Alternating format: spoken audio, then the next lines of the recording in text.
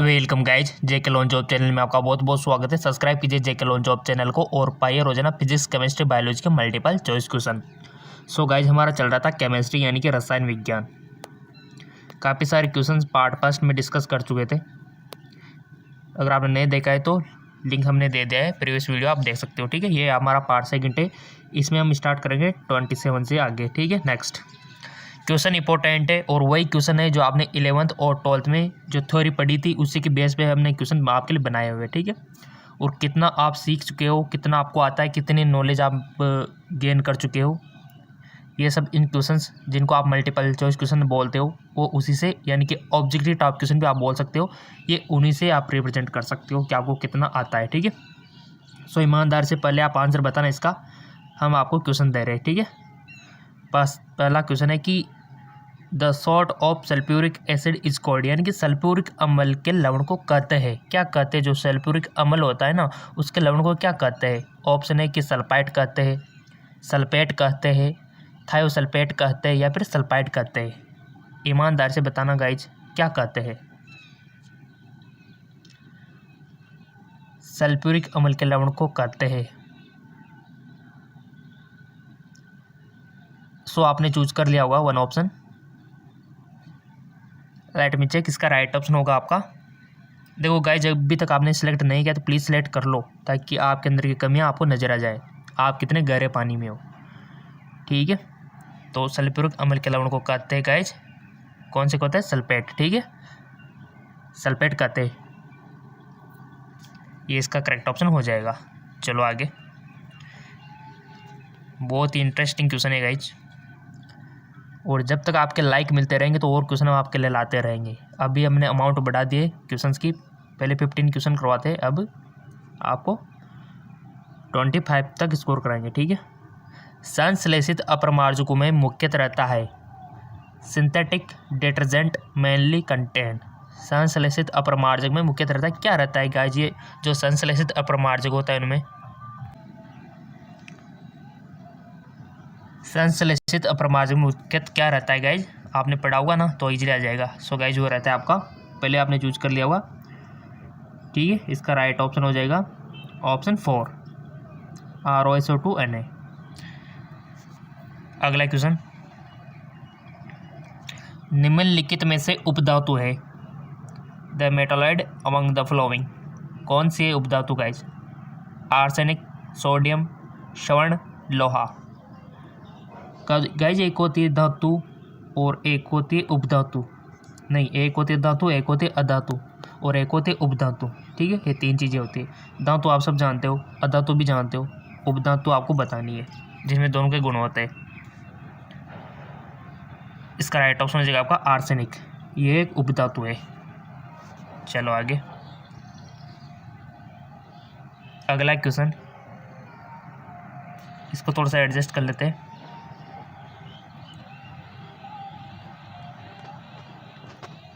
किस प्रकार के यौगिकों का उच्च गलनांक और खपतनांक होता है? किस प्रकार के, which type of compound so high multiple and boiling point? Option आपके सामने हाजिर है यहाँ पर। वैद्युतीय संयोजक यौगिक, सहसंयोजक यौगिक, उपसहसंयोजक यौगिक, इनमें से कोई नहीं।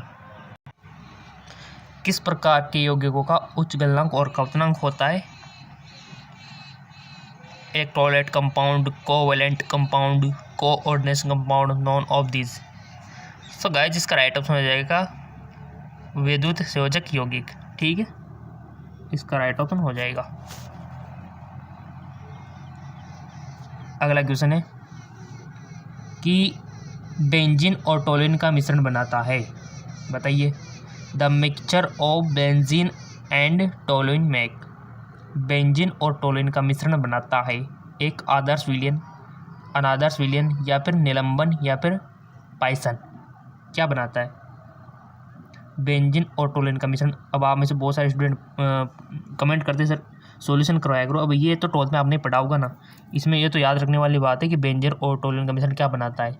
इसमें कौन से, अगर आपने पढ़ा होगा तभी ये क्वेश्चन आएगा आपको, नहीं इसमें कोई एक्सप्लेन करने वाली बात है। ठीक है, थ्योरी तो देखो आपको पढ़नी पड़ेगी, जितनी ज़्यादा आप थ्योरी पढ़ोगे उतनी ज़्यादा आपकी प्रैक्टिस होती रहेगी और उतनी ज़्यादा आप MCQ कर पाओगे। हाँ, न्यूमेरिकल में थोड़ा दिमाग लगाना पड़ सकता है, और उसमें समझने वाली बात होती है, बट ये थ्योरी तो आपको खुद को पढ़नी होगी। आप इनको घर पे बैठ कर पढ़ सकते हो, और जो समझ में नहीं आए वो कमेंट करके पूछ सकते हो। बेंजीन और टोलिन का मिश्रण बनाता है। सो गाइज राइट ऑप्शन हो जाएगा आपका एक आदर्श विलयन। ठीक है, एक आदर्श विलयन।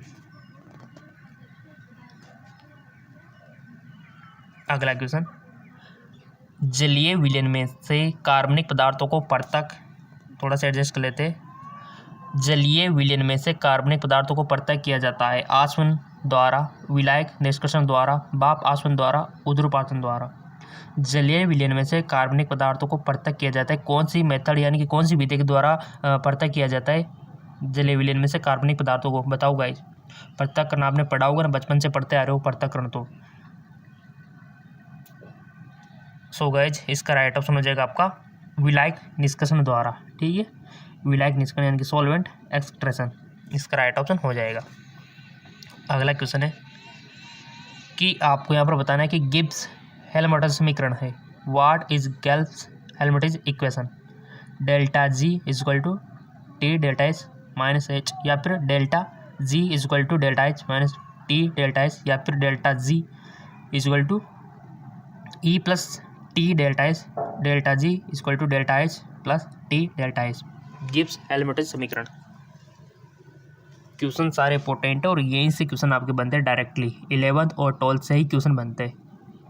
इंट्रांस एग्जाम, आप कोई भी इंट्रांस एग्जाम दो आप साइंस का 12th के बाद, क्वेश्चन यही होता है आपका। नीट हो, नर्सिंग हो, पैरामेडिकल हो, फार्मेसी हो, एग्रीकल्चर हो, क्वेश्चन फिजिक्स केमिस्ट्री बायोलॉजी से ही बनते हैं अगर आप इंट्रांस एग्जाम देते हो तो। और इंट्रांस एग्जाम के लिए ये जो क्वेश्चन है राम बनाना है। ठीक है, सो गाइज आपने चूज कर लिया होगा इसका राइट ऑप्शन क्या होगा। इसका राइट ऑप्शन हो जाएगा आपका delta G equal to delta H T delta H. ठीक है, करेक्ट आंसर आप देख सकते हो। बहुत अच्छा क्वेश्चन है। इसका राइट ऑप्शन सेकंड। ठीक है, बढ़ते आगे की ओर। माइनस प्लस का आप थोड़ा ध्यान रखना इसमें। निम्नलिखित में से कौन सी कार्य की इकाई है? इकाइयाँ तो हमने आपसे बोल ही रखा है कि फिजिक्स और केमिस्ट्री की जितनी भी इकाइयाँ हैं, जितनी भी यूनिट है, सबको एक पेज पे लिख लो ताकि एग्जाम के टाइम पे सारी को आप देख के चले जाओ। Which of the following are the unit of work? निम्नलिखित में से कौन सी कार्य की इकाई है? कार्य की इकाई आपको बतानी है। ठीक है, वर्क की। सिंपल भी, अगर आपने देखा होगा कहीं पर आपने सवाल भी किए होंगे तो अवश्य लिखा होगा यूनिट आपने। तो राइट ऑप्शन हो जाएगा आपका KG metre square second square. ठीक है, और यहाँ पर आप देख सकते हो न्यूटन मीटर दोनों। ठीक है, ये इसके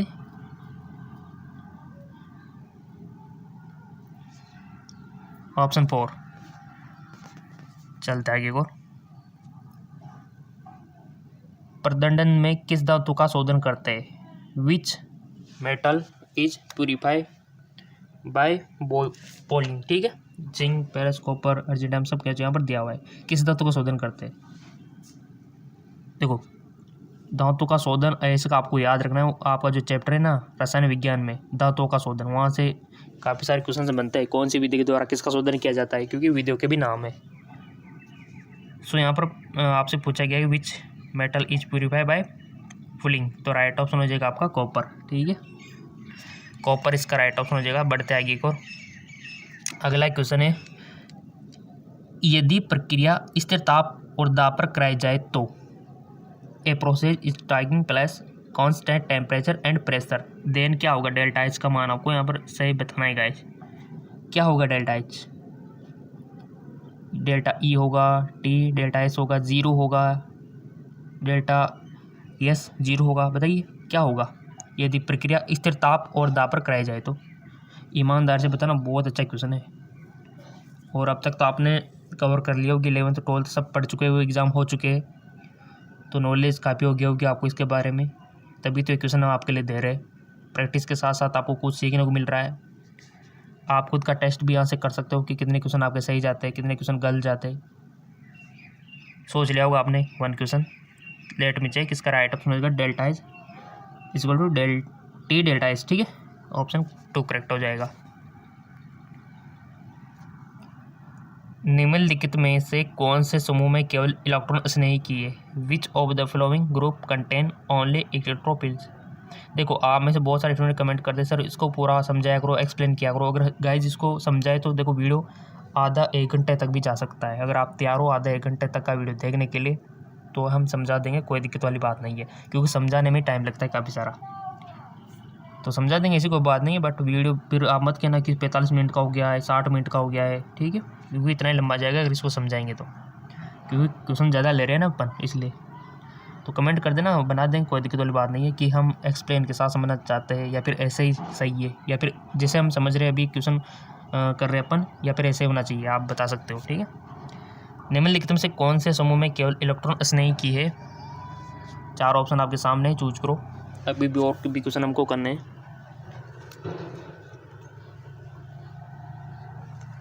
सो गाइस जिसका राइट ऑप्शन हो जाएगा आपका AlCl3SO3 N+O2, ठीक है, AlCl3, ठीक है, ऑप्शन थर्ड हो जाएगा इसका। शून्य कोटि अभिक्रिया के लिए दर स्थिरांक की इकाई है? The unit of velocity constant for zero order reaction. शून्य कोटि अभिक्रिया के लिए दर स्थिरांक की इकाई आपको बतानी है। मोल सेकंड, लीटर सेकंड यूनिट्स, या फिर litre mole second, mole litre second. बहुत अच्छा, एक यूनिट तो पूछी जाती है हमेशा की तरह, तो हमने बोल ही रखा है आपसे कि यूनिट तो आप लिख ही लो। केमिस्ट्री के फॉर्मूले पे, जिसके फॉर्मूले आप चाहे तो एक नोटबुक में नोट कर सकते हो, एग्जाम टाइम पे बहुत फ़ायदेमंद होते हैं। तो राइट ऑप्शन हो जाएगा, चूज कर लो पहले आप ईमानदारी से, जो भी आपको याद है। कर लिया होगा आपने चूज। लेट मी चेक, इसका राइट ऑप्शन हो जाएगा आपका मोल लीटर सेकंड यूनिट, ठीक है, मोल लीटर, ऑप्शन 4। चलते आगे और। निम्नलिखित में से कौन एल्डोल संघनन देगा? Among the flowing which undergoes aldol condensation, यानी कि CCl3 CHO CH3 CHO, या फिर CH3 CH2 CHO, या फिर आपका HCHO। निम्न में से कौन एल्डोल संघनन देगा, यानी कि कौन कौन नहीं देगा, ये आपको पता होगा तो आप इजीली कर पाओगे इसको।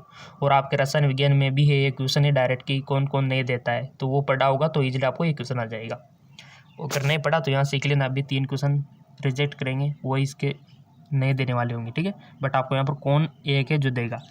सो गाइस वो देगा आपका CH3 CH2, ये वाला देगा, ऑप्शन थर्ड वाला, और बाकी के नहीं देंगे, यानी कि ये नहीं देते, ठीक है, ये नहीं देते। लिख सकते हो आपकी ये नहीं देते और ये देते। क्लियर, चलते आगे को। Br2 का BrO3 में बदलने पर Br की ऑक्सीकरण अवस्था बदलेगी? 0 से +5, +1 से +5, 0 से -3, या फिर +2 से +5। बहुत अच्छा क्वेश्चन। Br2 का Br3 में बदलने पर Br की ऑक्सीकरण अवस्था बदलेगी? बहुत अच्छा क्वेश्चन। ऑक्सीडेशन से भी क्वेश्चन आता है गाइज, ऑक्सीडेशन स्टेट से क्वेश्चन आता है, आपसे पूछा जा सकता है किसी की भी ऑक्सीकरण अवस्था, उपसर्जक संख्या भी पूछी जा सकती है। इसका राइट ऑप्शन है 0 से +5, ऑप्शन फर्स्ट। जिन जिन का सही था बहुत बहुत धन्यवाद। समविखंडन कराने पर CH3CH2 देता है। समविखंडन कराने पर कौन देता है, ये ऑप्शन आपके सामने हाजिर है। CH3 CH+, या फिर CH3C-H2 and Cl, CH3 CH2+, Cl-, या फिर CH CH2Cl। तो राइट ऑप्शन हो जाएगा आपका इसका CH3 CH2Cl, ठीक है, CH3 CH2 एंड Cl। रसायन विज्ञान बहुत अच्छी है गाइस, ज़्यादा डिफिकल्ट नहीं है, ज़्यादा हार्ड नहीं है, अगर पढ़ते हो तो सब आसान हो जाता है। निम्नलिखित में से कौन सा अवस्था फलन नहीं है? Which of the following is not a state function? अवस्था फलन नहीं है, यानी कि आपको पता होना चाहिए कि कौन कौन सा अवस्था फलन है। ΔG, ΔI, W, ΔH। और हमने तो बोल भी रखा है आपसे कि अगर ये भी क्वेश्चन कम लग रहे हो तो एक और चैनल है GK MCQ MK channel Hindi medium, ठीक है, लिंक नीचे दे रखा है इसका भी। यहाँ से भी आप फिजिक्स केमिस्ट्री बायोलॉजी के डेली क्वेश्चन प्राप्त कर सकते हो नॉन स्टॉप। निम्नलिखित में कौन सा अवस्था फलन है आपने नहीं है, कौन सा अवस्था फलन नहीं है ये चूज कर लिया होगा और हम इसको अब चेक करने जा रहे हैं। सोच लो पहले जो भी आपको सोचना है ऑप्शन चारों में से, क्योंकि आपको ताकि आपको अपनी गलती का एहसास हो, आप कितने गहरे पानी में हो ये भी आप जान लो तो बेटर रहेगा एंट्रेंस एग्जाम से पहले। सो इसका राइट ऑप्शन हो जाएगा डेल्टा, इसका W, ठीक है। ये अवस्था फलन नहीं है, बाकी ये डेल्टा G, डेल्टा E और डेल्टा, ये डेल्टा वाले सारे क्या है अवस्था फलन है, जबकि ये नहीं है। चलो किसी भी टॉपिक पर कुछ भी MCQ चाहिए तो बता दिया करो कमेंट करके, आप अपना चैनल है, ठीक है। Alcohol plus benzene plus petrol के मिश्रण को करते हैं, बहुत अच्छा question. The mixture of alcohol benzene and petrol, विकृतिकृत एल्कोहल, सख्त एल्कोहल, परिशुद्ध एल्कोहल, ठोस alcohol. So guys right option हो जाएगा आपका सख्त एल्कोहल, ठीक है, सख्त एल्कोहल।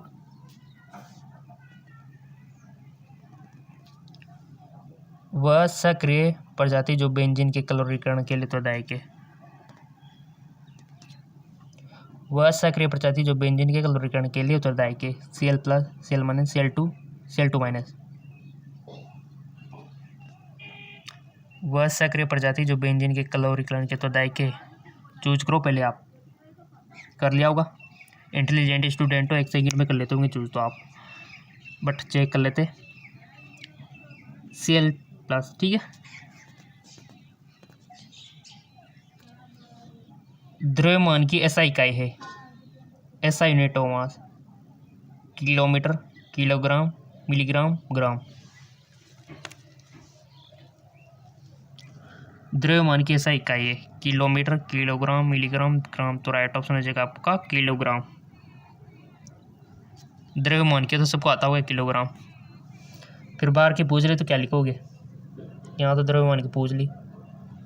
बार को किस में मेजर करते हैं, वेट को, क्योंकि मास में और वेट में अंतर है, याद रखना। वेट बार जो है चेंज होता रहता है, द्रव्यमान एक ही रहता है, राइट। नेक्स्ट क्वेश्चन, पूर्ण दहन होने पर इत्र देता है, कंप्लीट कंबशन इत्र गिव। इत्र क्या देता है पूर्ण दहन होने पर, C2H5OH, CO2 एंड H2O, या फिर C2H5 या फिर C2H4। पूर्ण दहन होने पर इत्र क्या देता है, इत्र सेंट जो होते हैं क्या देता है, और जलता है इत्र, आपको पता है क्योंकि उसमें अल्कोहल आता है, ठीक है। तो पूर्ण दहन होने पर ये देता है गाइज आपका CO2 और H2O, ठीक है, ये देगा। और फेसबुक इंस्टाग्राम पर आपने फॉलो नहीं किया है अभी तक तो कर लीजिए, ताकि वहाँ पर फिजिक्स के नोट्स और केमिस्ट्री के नोट्स हम आपको दे पाए, ठीक है। जैसे हमको टाइम मिलता है हम वहाँ पर पोस्ट कर देंगे लिंक। 13.5 ग्राम में SO2 Cl2 के मोलक संख्या है 0.1, 0.2, 0.3, 0.4। 13.5 ग्राम में SO2 और Cl2 की मोलक संख्या बताओ। निकालने आती होगी तो आप लोग पेज पे निकाल के इजीली बता सकते हो। सोच लिया होगा, लेट में चेक, इसका राइट ऑप्शन हो जाएगा 0.1। इतनी होगी, कितनी होगी, 0.1 होगी। अगला क्वेश्चन है, मोलल विलयन में विलेय पदार्थ का 1 मोल गुला रहता है 1000 ग्राम विलायक में, 1 लीटर विलयन में, 1 विलायक में, या फिर 22.4 लीटर विलयन में। तो राइट ऑप्शन हो जाएगा आपका 1000 ग्राम विलायक में, ठीक है।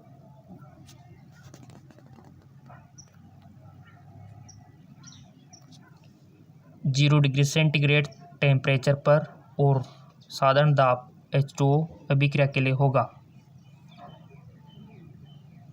0 डिग्री सेंटीग्रेड ताप पर और साधारण दाब पर H2O अभिक्रिया के लिए होगा। सो गाइस जो होगा आपका delta H equal to T delta H, ठीक है। राइट ऑप्शन हो जाएगा आपका 3rd। अगला क्वेश्चन है कि निम्नलिखित में से कौन सा O3 का यानी ऑक्सीकृत नहीं होगा। Which of the following will not be oxidised by O3। निम्न में से कौन सा O3 द्वारा ऑक्सीकृत नहीं होगा, Ki, FeSO4, KMnO4, K2MnO4। So guys इसका राइट ऑप्शन हो जाएगा आपका, पहले चूज कर लो ईमानदारी से, कर लिया, लेट में चेक KMnO4, ठीक है, के मेनू पर इसका राइट ऑप्शन हो जाएगा। और कितने सही गए कितने गलत गए आप कमेंट करके बता सकते हो, और लिंक नीचे डिस्क्रिप्शन में दिया हुआ है बहुत अच्छी वीडियो का।